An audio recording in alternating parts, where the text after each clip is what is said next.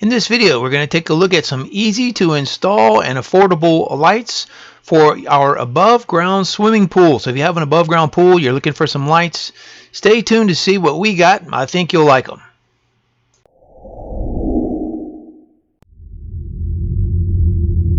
Look at these lights. You can see how they have the suction cups right here, which are recommended for the sides of the pool. It also has two magnets, which is recommended for if the lights are set upright. But I haven't tried them out yet and placed them in my above ground pool, but I'm thinking that these magnets, would certainly possibly help, if they can suck through the side of the pool and through the liner of the pool. But anyway, apparently the suction cups are the main thing there. But what we did, we got 8 of them for our above ground pool. We have a 24-foot in diameter above ground pool, and we're gonna spread these out about one every other section. I'm gonna go ahead and flip these upside down. These take 3 AA batteries each. See, there we go. Now they're all red, and they are all green, and they're all blue. There's also a white, I think that's kind of yellowish green.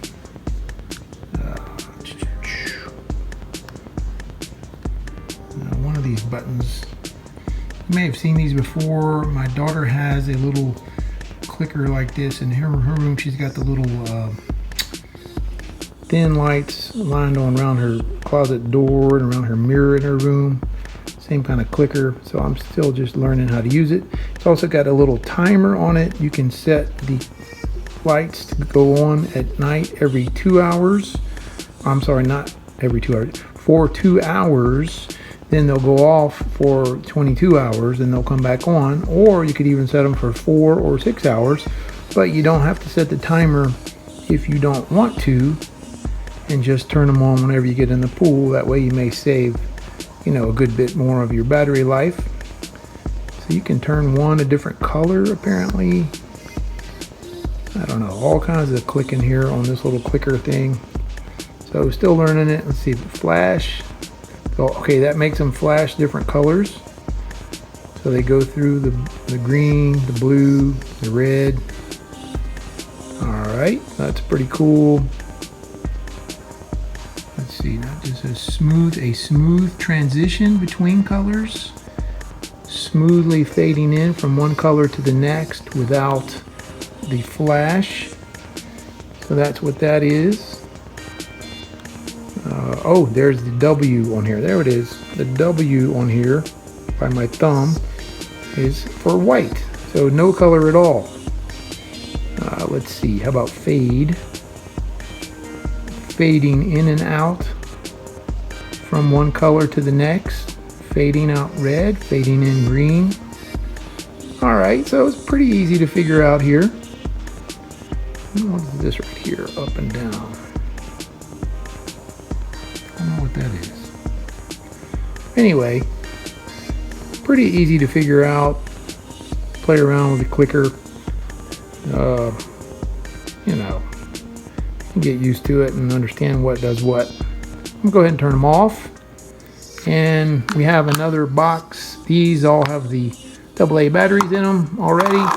We'll flip them back over. And I'm gonna go ahead and get this other box. My wife put the batteries in for these a while ago, and then I told her I needed to make a video about the new lights. She ran off to a friend's house after work for a little while for something, and she told me I need to get this done while she's gone. So I'm gonna go ahead and open this up.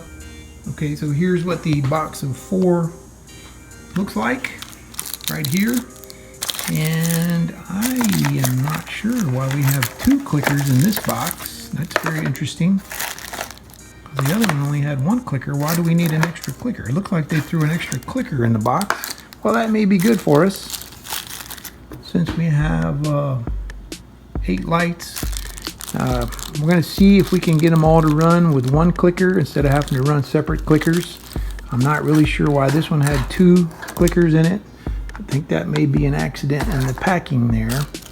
All right, so let's take one out and let's open it up here. Try to unscrew this with one hand while I film with the other hand here. That's pretty impressive. All right, there we go. So you can see right here, we need to get our AA batteries. We got a fresh pack of AA batteries. She picked up from Walmart on the way home today because we didn't know this was coming. And so if you have an above ground pool and you're enjoying it during the daytime, you know, nobody really wants to get in a pool that's all dark when it's at nighttime. And why not enjoy your pool at nighttime with some nice lights? Okay, so this is something that a lot of people have on in-ground pools. They have built-in lights in them, so it's no big deal. But above ground pools don't usually have something set up where there's a light in those. So this is that's why we have these with these suction cups and these batteries, and we're going to give it a shot. We'll see, you know, we'll see how it goes. Obviously, we're going to try to stick them in the pool, and we'll take some video tonight and we'll see how it looks. And we're going to see how we like them. And my daughter was the one that requested them so she could get in there at night with her friends. So we're going to see how it goes. This is going to be probably something you're going to be very careful to look at. Right here there is a little O-ring in here that's in the other part. When you take apart this is, I guess, the bottom part. When you take apart the lights, you want to make sure this ring is secure in its area. One of them had popped out when we first opened one earlier. So if the O-ring, the rubber O-ring, is not properly secured in its right spot in these lights, there's probably a good chance that water could leak in to the lights. So we don't want that to happen, right? So be careful. Make sure the O-ring is in its right place and that the lights are screwed securely, and you'll probably have a better chance of doing that with 2 hands instead of 1 hand like I'm doing. All right, let's get these little suckers here. These are the little suction cups that go in right here. So there's a little round spot on the end of the suction cups, and there's a little round hole right there on the light.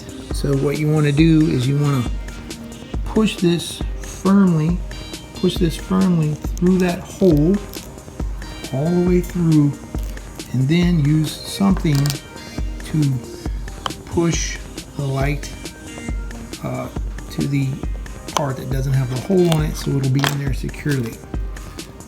Again, I can't do this with 1 hand. There we go. Oh, I got it. Look, did it by hand. Great. So now they're pulled to the outside, and you can see that the little suction cups shouldn't come off of there. You can see right there the hole that you push it through, then you pull it out like that. So now we should be good to go. What I'm going to do is I'm going to go ahead and finish putting the batteries in these. Again, taking care to make sure that the batteries are placed in there in the right way, in the right direction. Also taking care to make sure that the little O-ring is secure in there in order to prevent any water from seeping into the lights and messing it up. And then also making sure that we get the rest of these little suction cups on the back of these and pulled out firmly. So I'm going to do that right now.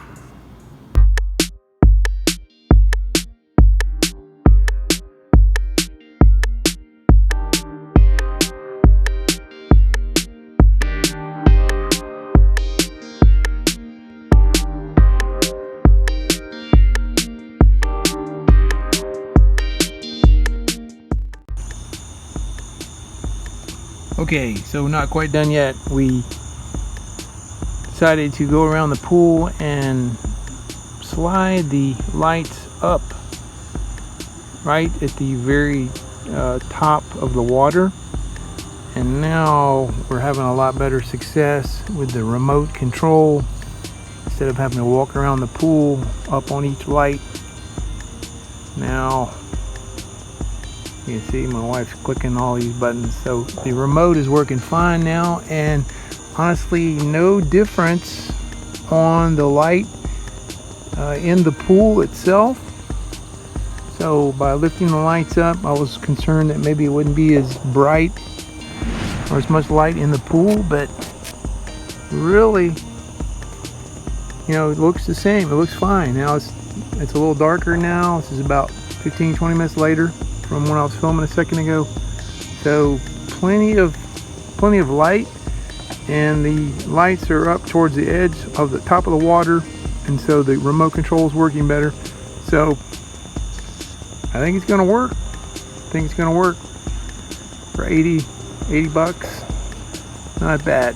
And we're talking about maybe buying a pack of maybe 4 more lights, and maybe put those a little closer over here to the pool steps, something like that. So we'll figure it out.